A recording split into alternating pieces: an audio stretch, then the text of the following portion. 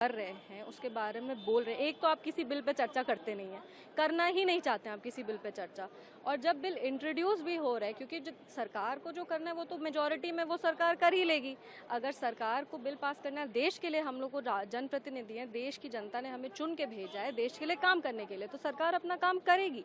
लेकिन अगर आप एक डेमोक्रेसी लोकतंत्र में है, जब आपके भी विचार को सुनने का अधिकार देश को है, पर आप अपना विचार सुनाना नहीं चाहते, और जब आपको मौका मिलता है तो आप ऐसी हरकतें करते कि गृह मंत्री के मुंह पे आप पेपर फेंक देते हैं, वो भी सदन के अंदर।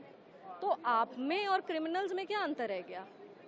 तो ये चीज बहुत ही ज्यादा, और specially as a first time MP, it is shocking है कि इस तरह से लोग, मतलब डिसअपॉइंटिंग, शॉकिंग कि इस तरह से विपक्ष बिहेव कर रहा है। जहाँ पे अच्छी चर्चा होनी चाहिए, आलोचना अपनी जगह होती है और बदतमीजी अपनी जगह।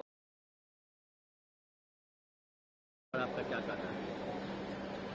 एक तो इस बिल में क्या बुराई है? आप सत्ताधारी दल हैं, जहां पे भी आप रहिएगा, आप खुद सत्ता में हैं, तभी तो आप मंत्री हैं, अदरवाइज आप मंत्री नहीं रहते।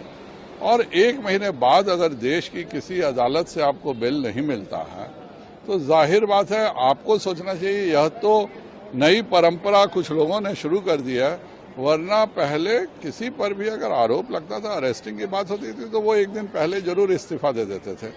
यह नई परंपरा शुरू हुई है जिसमें आम आदमी पार्टी के जो माननीय मुख्यमंत्री थे, जो कि इस देश के सबसे ज्यादा विवादास्पद और सबसे ज्यादा, अगर मैं कहूं, सारे गलत शब्दों का प्रयोग उन पर करना ठीक होगा, जेल से पहली बार एक मुख्यमंत्री को हमने फाइल साइन करते देखा।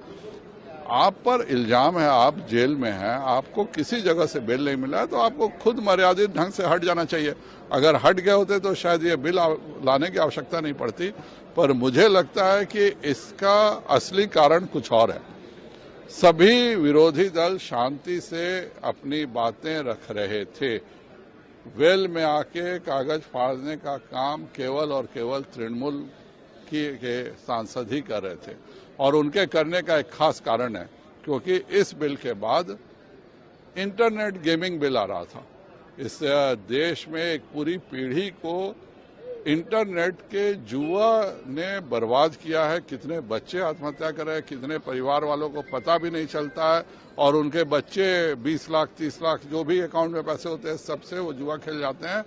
तो ये जो इंटरनेट जुआ को बंद करने का कानून आया था, और अगर इस देश में सबसे ज्यादा जुआ का पैसा किसी पॉलिटिकल पार्टी को मिला है तो वह तृणमूल कांग्रेस है।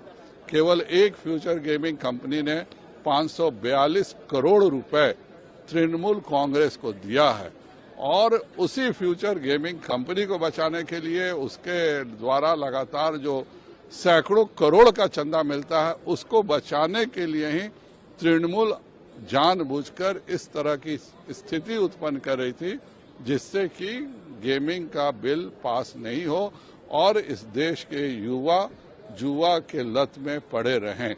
यह ममता बनर्जी ही हैं जो सबसे ज्यादा जुआ का चंदा ली हैं इंटरनेट पर। यह बिल्कुल शुद्ध जुआ है, और अगर सरकार इसको रोक रही है तो देश के सभी सांसदों को एक स्वर में इस बिल का साथ देना चाहिए।